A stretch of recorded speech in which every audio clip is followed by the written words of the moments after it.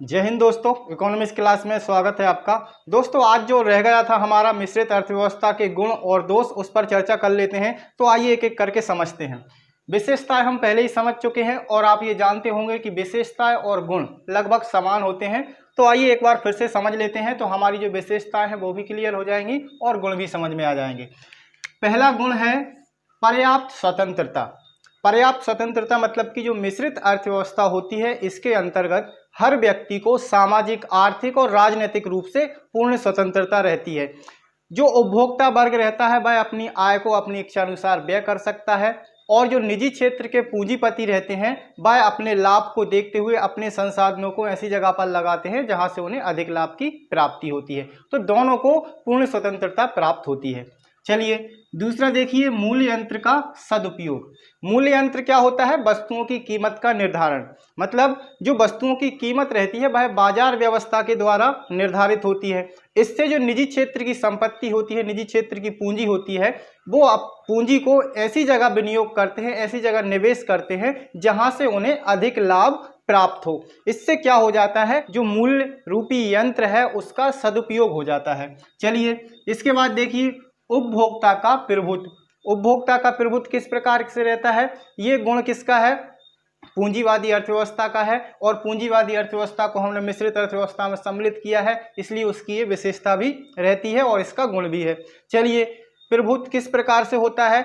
जो उपभोक्ता रहता है वह अपनी आय को पूर्ण रूप से और स्वतंत्र रूप से कहीं भी खर्च कर सकता है। कहीं भी खर्च कर सकता है मतलब कि जहां से उसे अधिक उपयोगिता मिलेगी वहां पर वह अपनी आय का व्यय करेगा। इससे उसे पूर्ण संतुष्टि मिलती है और इसी से वह अधिक आय प्राप्त करने के लिए भी प्रेरित होता है। इतना हो गया। अगला पॉइंट है एकाधिकारी एवं विदेशी पूंजी का निर्माण। जो मिश्रित अर्थव्यवस्था होती है, तो इसके अंतर्गत पूंजीवादी अर्थव्यवस्था और समाजवादी अर्थव्यवस्था दोनों के गुण पाए जाते हैं। अब यदि बाजार में कोई एक उत्पादक है, किसी विशेष वस्तु का निर्माण करता है, तो सबसे पहले जो सरकार रहती है, हम किसी भी उद्योग का निर्माण करना चाहते हैं तो सरकार क्या करती है, एक लाइसेंस प्रणाली लेकर आई है। उसके अंतर्गत हम कोई भी उद्योग डालना चाहते हैं तो हमें सबसे पहले लाइसेंस लेना पड़ेगा, और यदि एक ही उत्पादक है तो उसे भी लाइसेंस लेना पड़ेगा। तो लाइसेंस प्रणाली के अंतर्गत किस पर नियंत्रण हो जाता है? एकाधिकारी पर। और विदेशों से जो निवेशक आते हैं, जो भारत में निवेश करते हैं, उनकी पूंजी पर सरकार पूंजीवादी अर्थव्यवस्था में तो नियंत्रण रखती नहीं है, समाजवादी अर्थव्यवस्था में भी नियंत्रण नहीं रखती है, लेकिन मिश्रित अर्थव्यवस्था में यदि विदेशों से पूंजी आती है भारत में निवेश करने के लिए, भारत में उद्योग लगाने के लिए, यदि ग्लोबलाइजेशन अपनाया है तो आती है। यदि किसी देश में निजी क्षेत्र और सार्वजनिक क्षेत्र के साथ साथ वैश्वीकरण की नीति अपनाई रहती है तो फिर विदेशों से निवेश होता है। यदि वैश्वीकरण की नीति नहीं अपनाते हैं तो फिर विदेशों से निवेश नहीं होता है। और विदेशों से निवेश जिस अर्थव्यवस्था में नहीं होता है वो होती है बंद अर्थव्यवस्था, और विदेशों से निवेश, आयात निर्यात जिस अर्थव्यवस्था से होता है वह होती है खुली अर्थव्यवस्था। इन बिंदुओं को भी ध्यान रखिएगा। तो देखिए, विदेशी पूंजी पर क्या करता है? विदेशी पूंजी जो होती है, विदेशी विनियोग नीति लेकर आती है सरकार, जिससे कि विदेशों से जो पूंजी आती है उस पर भी नियंत्रण हो जाता है। तो एकाधिकारी पूंजी और विदेशी पूंजी दोनों पर मिश्रित अर्थव्यवस्था के द्वारा नियंत्रण हो जाता है। तो ये भी एक गुण है। इसके बाद देखिए, साधनों का सर्वोत्तम प्रयोग।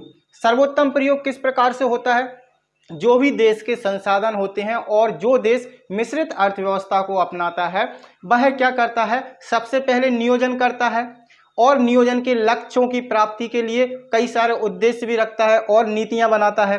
तो ये जो नियोजन होता है उसमें संसाधनों का बंटवारा कर दिया जाता है कि किन संसाधनों का प्रयोग निजी क्षेत्र करेगा और कितने संसाधनों का प्रयोग सार्वजनिक क्षेत्र करेगा, मतलब कि सरकारी क्षेत्र करेगा।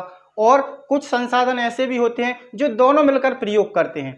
तो क्या हो जाता है?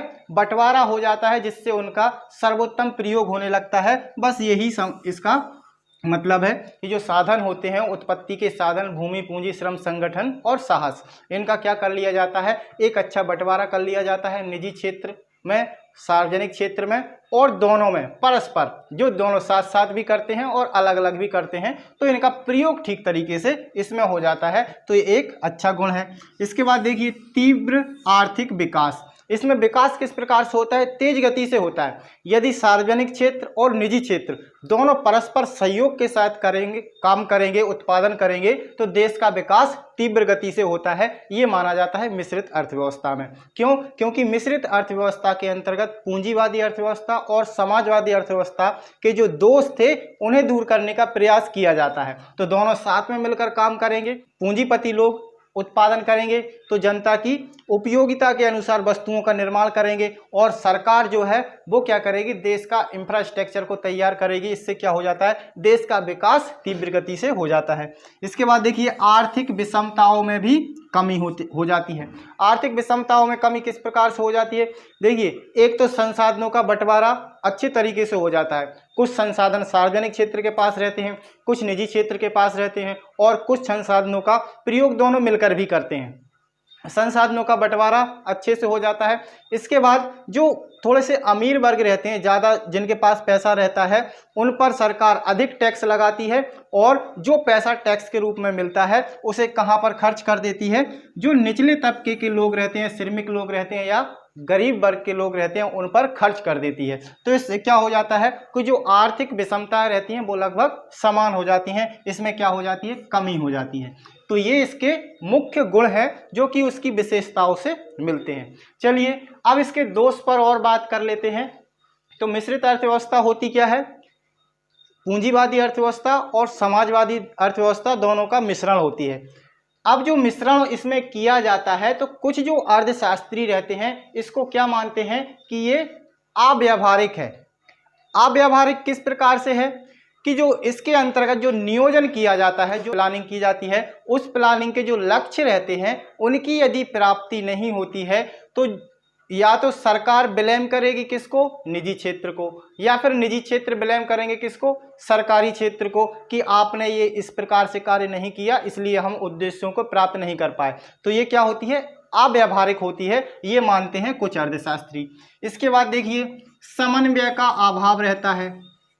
अब जैसे हमने यहाँ पर समझा है, संसाधनों का सर्वोत्तम प्रयोग करते हैं और दोनों सहयोग और समन्वय से कार्य करेंगे तो हम तीव्र गति से आर्थिक विकास भी कर सकते हैं। पॉइंट एक दूसरे से जुड़े रहते हैं, ये ध्यान रखिएगा। अब यहाँ पर यदि समन्वय नहीं रहेगा, एक दूसरे को ब्लेम करेंगे, यदि जो नियोजन किया गया है, जो नियोजन के लक्ष्य निर्धारित किए गए हैं, उन लक्ष्यों की प्राप्ति नहीं होती है तो एक दूसरे को ब्लेम करते हैं। उससे क्या हो जाता है? समन्वय स्थापित नहीं होता, दोनों के बीच में सहयोग नहीं रहता है, दोनों एक दूसरे को ब्लेम करते रहते हैं। इससे क्या हो जाता है? अभाव हो जाता है। तो इसलिए इसमें क्या माना जाता है? समन्वय का अभाव माना जाता है। वैसे रहता नहीं है, सरकार ठीक तरीके से नीतियां बनाएगी और समन्वय करेगी, संचालन करेगी, तो जो पूंजीपति वर्ग रहते हैं या फिर नीतियां रहती हैं उनका क्या करती है? सहयोग करती है और पालन करती है, और अच्छे से अर्थव्यवस्था चलती रहती है। जैसे कि हमारे देश में भी मिश्रित अर्थव्यवस्था है तो ठीक तरीके से चल रहा है सब कुछ, देश का विकास भी तीव्र गति से हो रहा है। इसके बाद देखिए, अल्पकालीन प्रवृत्ति मानी जाती है। कुछ अर्थशास्त्री ये कहते हैं कि जो मिश्रित अर्थव्यवस्था रहती है वो अल्पकाल के लिए रहती है, क्योंकि पूंजीवादी अर्थव्यवस्था और समाजवादी अर्थव्यवस्था का इसमें मिश्रण रहता है। सरकार नीतियां बनाती है और जो पूंजीपति वर्ग रहते हैं वो केवल उत्पादन करते हैं। तो सरकार भी उत्पादन करती है और साथ में करती है, नीतियां बनाती है। अब ये जो नीतियां होती हैं वो निजी क्षेत्र पर लागू भी होती हैं, तो कुछ जो निजी क्षेत्र के व्यक्ति रहते हैं वह उन नीतियों को नहीं मानते हैं। तो इससे क्या हो जाता है कि या तो कुछ समय के पश्चात जो उनके बीच विवाद रहता है ये बढ़ जाता है। किस प्रकार का विवाद? कि आप ठीक तरीके से कार्य नहीं कर रहे हैं सरकारी क्षेत्र में, इसलिए विकास नहीं हो पा रहा है। तो ये विवाद एक समय चरम सीमा पर पहुंच जाता है और या तो सरकारी क्षेत्र हावी हो जाएगा या फिर निजी क्षेत्र हावी हो जाएगा। यदि सरकारी क्षेत्र सर्वशक्तिमान हो जाता है तो फिर जो निजी क्षेत्र रहता है उसका पतन हो जाता है, और जो मिश्रित अर्थव्यवस्था रहती है वह किसमें परिवर्तित हो जाती है? समाजवादी अर्थव्यवस्था में। और यदि इसका उल्टा करें कि जो पूंजीपति वर्ग है वो सर्वशक्तिमान हो जाते हैं, जैसे कि निजी क्षेत्र है, निजी क्षेत्र सर्वशक्तिमान हो जाएगा तो फिर क्या होगा? जो समाजवादी कंपनियां हैं, उद्योग हैं, वो क्या हो जाएंगे? नष्ट हो जाएंगे, उनका पतन हो जाएगा। तो इससे फिर क्या होगा, समाजवाद का जो पतन होगा उससे जो मिश्रित अर्थव्यवस्था है वह मिश्रित अर्थव्यवस्था ना रहकर किस में बदल जाएगी, फिर पूंजीवादी अर्थव्यवस्था में। यदि पूंजीवादी सर्वशक्तिमान हो गए तो पूंजीवादी अर्थव्यवस्था में बदल जाती है, और सरकार सर्वशक्तिमान हो जाती है तो फिर समाजवादी अर्थव्यवस्था में बदल जाती है। इसलिए कहते हैं कि अल्पकाल की प्रवृत्ति रहती है, लेकिन ऐसा कुछ रहता नहीं है, लेकिन हमारे अर्थशास्त्र में है तो हम पढ़ रहे हैं। चलिए आगे समझते हैं कमजोरी की पहचान। कमजोरी की पहचान के लिए क्या तर्क देते हैं अर्थशास्त्री, कि जो अर्थव्यवस्था होती है मिश्रित अर्थव्यवस्था, इसके अंतर्गत जो सरकारी क्षेत्र रहता है वो ये तर्क देता है कि जो प्राइवेट क्षेत्र की कंपनियां हैं वो श्रमिकों को अस्थायी रूप से अपनी तरफ आकर्षित करती हैं, अपनी ओर रखने का प्रयास ज़्यादा करती हैं। मतलब सरकारी क्षेत्र में ना जाए, प्राइवेट क्षेत्र में काम करते रहें, इसलिए उनको लुभाती हैं। इसके अलावा जो पूंजीपति वर्ग रहते हैं वो क्या ब्लेम करते हैं, वो ये मान के चलते हैं कि मिश्रित अर्थव्यवस्था के अंतर्गत जो लाभ पूंजीपतियों को मिलना चाहिए वो नहीं मिल पाता है। क्यों नहीं मिल पाता है, क्योंकि सरकार को भी टैक्स देना होता है और जो उत्पादन कर रहे हैं उन पर भी सरकार टैक्स लगाती है। इसके अलावा सरकार की जो नीतियां रहती हैं उनके अंतर्गत उन्हें उत्पादन करना होता है, तो उन्हें पूर्ण लाभ नहीं मिल पाता है, ये ब्लेम करते हैं। इसलिए इसमें क्या कहा गया है कि कमजोरी की पहचान है। इसके बाद देखिए स्वतंत्रता समाप्ति का भय।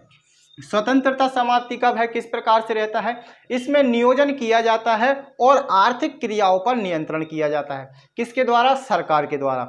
अब आर्थिक क्रियाओं का नियंत्रण और नियोजन से क्या होता है, व्यक्ति के जीवन पर भी प्रभाव पड़ता है, और जीवन पर प्रभाव पड़ने से क्या होता है, एक अधिनायकवाद को क्या मिलती है, प्रोत्साहन मिलता है, जिससे कि देश की स्वतंत्रता या फिर आर्थिक स्वतंत्रता खोने का डर रहता है, तो स्वतंत्रता समाप्ति का भय इसमें बना रहता है। इसके बाद देखिए आर्थिक अस्थिरता। जैसे कि पूंजीवादी अर्थव्यवस्था में हमने पढ़ा हुआ है कि आर्थिक अस्थिरता ज़्यादा होती है, उसी प्रकार जो पूंजीवादी अर्थव्यवस्था का दोष है वो मिश्रित अर्थव्यवस्था में भी आ जाता है। क्यों आ जाता है, इसमें सरकार नियोजन तो करती है लेकिन फिर भी मुद्रास्फीति और मुद्रा का जो स्थिरपन है, मुद्रा के मूल्य में अस्थिरता बनी रहती है, या तो मुद्रा का मूल्य गिर जाता है या फिर मुद्रा का मूल्य बढ़ जाता है।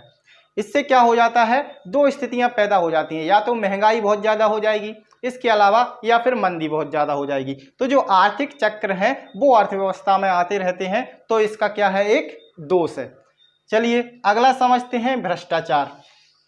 भ्रष्टाचार क्या इंगित करता है, जैसे कि मिश्रित अर्थव्यवस्था है, मिश्रित अर्थव्यवस्था में जो नियोजन किया जाता है वो सरकारी कर्मचारियों के द्वारा किया जाता है, और तो उनके पास कई सारे क्या रहते हैं, अधिकार रहते हैं, जिन अधिकारों का वह दुरुपयोग करते हैं और बड़े बड़े घोटालों को साकार कर देते हैं। तो इससे क्या हो जाता है कि जो मिश्रित अर्थव्यवस्था होती है उसमें भ्रष्टाचार पाया जाता है। तो ये इसके मुख्य दोष हैं कि हर सिक्के के दो पहलू रहते हैं, उसके कुछ गुण होते हैं तो दोष भी होते हैं। जिस प्रकार से हमने तीनों अर्थव्यवस्थाओं के विशेषताएं और गुण दोषों को समझ लिया है, तो ये मिश्रित अर्थव्यवस्था के गुण हो गए हैं और दोष भी हो गए हैं। अब हम जो रह गया था पीछे, हमने चैप्टर छोड़ दिया था मुद्रा के महत्व को समझेंगे, उसके बाद फिर नया चैप्टर स्टार्ट करेंगे। तो मिलते हैं अगली क्लास में, तब तक के लिए जय हिंद, वंदे मातरम।